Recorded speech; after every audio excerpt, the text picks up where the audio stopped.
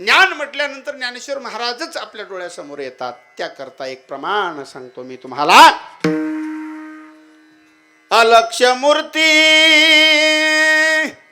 ज्ञानोबा तो, अलक्ष्य मूर्ती ज्ञानोबा तो, संताचा महिमा वर्णावा तो किती. ज्ञानोबरांचं वर्णन आहे, अनेक अंगाने आहे. आपल्याला पुढे जायचं आहे. भक्ती म्हटल्यानंतर नामदेव महाराज न भूतो न भविष्यती अशी कलियुगामध्ये घडलेली घटना आहे, जी मागे झाली नाही आणि तिथून पुढे झाली नाही. काय घटना झाली येते का लक्षात?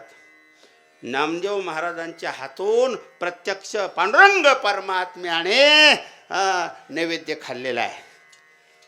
न भूतो न भविष्यतीच घटना आहे. याला कारण काय? भक्ती. विरक्ती म्हटल्यानंतर जगद्गुरु तुकोबराय, किती विरक्ती होती तुकोबरायांच्या ठिकाणी ते काय सांगायला पाहिजे का हो? एका विषयावर एक एक कीर्तन होईल. हिंदी भाषेमध्ये एक म्हण आहे, समझने वाले को इशारा काफी है, नहीं तो ना समज है. कधीतरी समजून घेतलं पाहिजे.